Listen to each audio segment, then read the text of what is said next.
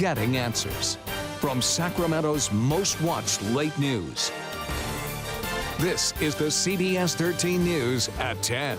A year of warmer than normal temperatures have made things difficult for local farmers who tell us they've seen big blows to their crops this year. Well, after a day of cooler temperatures, the summer sizzle is headed our way.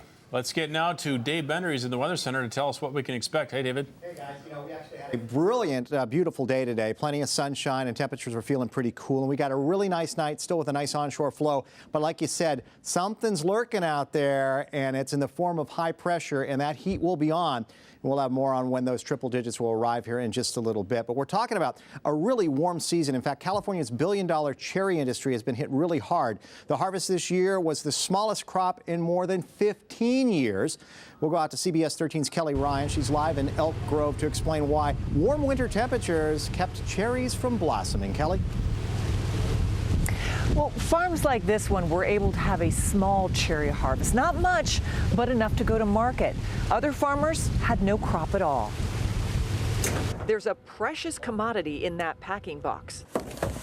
This year's California cherries. On a normal year, we will pack about 50,000 boxes. Usually we pick 19,000. A warmer than normal winter is being blamed for a drastically small crop. You need to be cold enough during the winter that the trees really get full rest, if you will, and we didn't get that this year. Ken Oneto has other crops, but will still feel the cherry loss financially. And we're going to be down, just guesstimates, at least 50% off our budget. He knows a lot of California growers who didn't pick at all this year. There was nothing to pick. Just a few weeks ago, consumers opting for California cherries saw prices at $7 a pound. Northwest cherries are now priced at $3 to $4. You can't not plant because of the market this year. San Joaquin County, with its rich soil, is California's leading cherry producer. But ag experts say this year's slim pickings will hit more than just farmers and consumers. Kind of shriveled up. In San Joaquin County, we're a $2.87 billion, almost a $2.9 billion industry. They're always in the top 10, so a real important commodity. They can't see any scenario where they're going to be in the top 10 for 2014. Now, some farmers tell me they have crop insurance, which will provide some relief, but not enough to cover all losses. All right, thank you very much, Kelly Ryan there in Elk Grove. And I can hear the wind on your microphone. That's the Delta breeze keeping us cool tonight. Thank you very much. But remember, we've got the high pressure that'll be on top of us and still working toward us as we roll toward the weekend.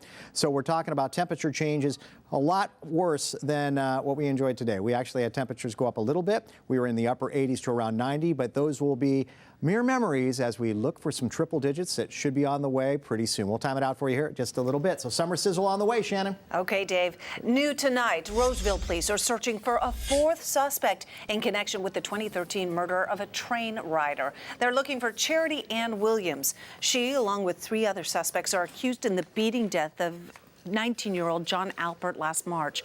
All 4 had been freight train hopping at the time. Also new tonight, a Davis priest charged with statutory rape will not be going to trial. Father Hector Correa pled guilty to having sexual relations with his 16-year-old girl in the church rectory. He'll be sentenced next month to 90 days in county jail, 3 years probation and sexual offender counseling, and can't come in contact with the victim until she turns 18. The FBI has tracked down and rearrested one of the alleged owners of MyRedBook.com. Erica Murrow failed to show up at federal court this morning. Federal prosecutors say the Mountain View resident and a Rockland woman used mail and the internet to promote prostitution and also laundered more than $5 million by running the site. There is a murder mystery in Turlock tonight. Police have discovered a family of 4 dead inside their home. Investigators say it looks like a murder-suicide, but they may never know what happened. An older couple and their 2 young adult sons, were all found dead in different parts of the home on Red Oak Court. CBS 13's Lee Martinez is in Turlock getting answers about this case. I was by myself the whole year last year, and they were always welcome to help me because my husband went in Afghanistan, and they were always asking for him and see if I need any help. For 10 years, Norma Barajas lived next door to the family, a husband, wife, and their 2 now adult sons. She never noticed anything wrong, but last night a relative called Turlock police. This family member told the police that they had not seen or heard from their relatives.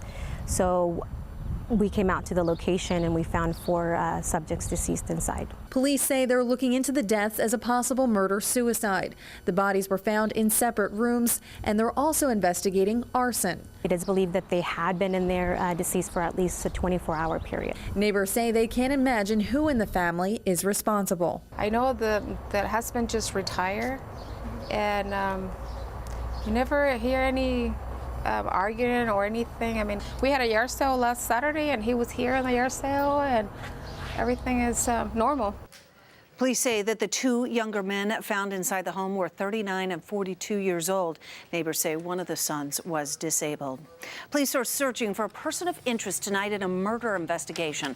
Officers found a woman dead inside a business on 28th Street in Sacramento. Police say a gun was involved, but they're waiting for results from the coroner to figure out exactly how the woman died. The search for a Southern California firefighter ended in tragedy today. Crews in Ventura County found 36-year-old Michael Herdman dead 2 weeks after he went missing in the Los Padres National Forest.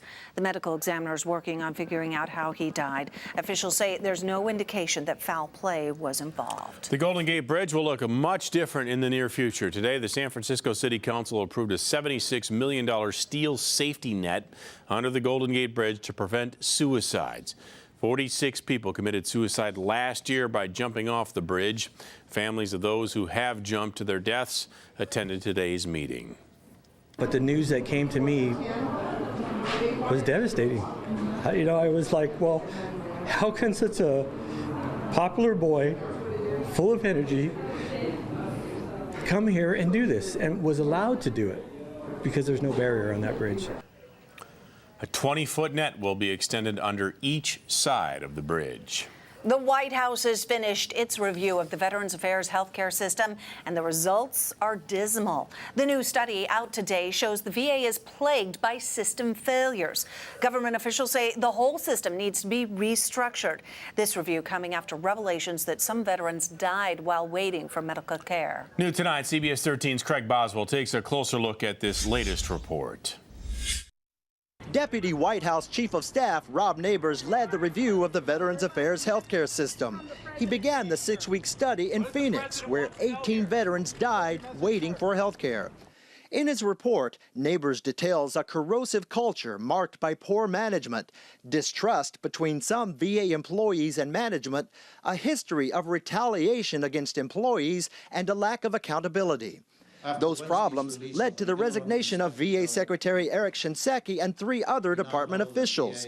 Among Neighbors' suggestions for improving VA health care, eliminate the previous mandate of a 14-day maximum wait time for appointments. The review called that ill-defined and unrealistic. Update the VA's outdated scheduling software, which was first used almost 30 years ago. Hire more doctors and nurses, and plan for changes in the demographics of veterans, including more female veterans and the growing number of older veterans. Already, the VA is reporting more than 180,000 new appointments for veterans since the scandal broke, a number that gives some scale to the backlog many veterans have experienced. Lawmakers are still working on a solution to that VA crisis. Investigators are trying to figure out what sparked a fire at a Fairfield home today. This fire started in a garage on Tulip Street, burning a pickup truck before spreading to the home. One person was treated for smoke inhalation and is recovering from serious injuries tonight. Firefighters tell us this is the same place where 5 homes burned down last year. Investigators revealed thousands of dollars of illegal fireworks that they've uncovered. Detectives arrested a group in Contra Costa County, and they say the suspects had more than a ton of high-powered pyrotechnics and were planning to sell them on the streets. These folks are so organized. They had a catalog, they have flyers, they had price lists advertised, and they advertised they would deliver. Detectives say the suspects bought the fireworks in Indiana for more than $6,000. The street value in California, almost $80,000.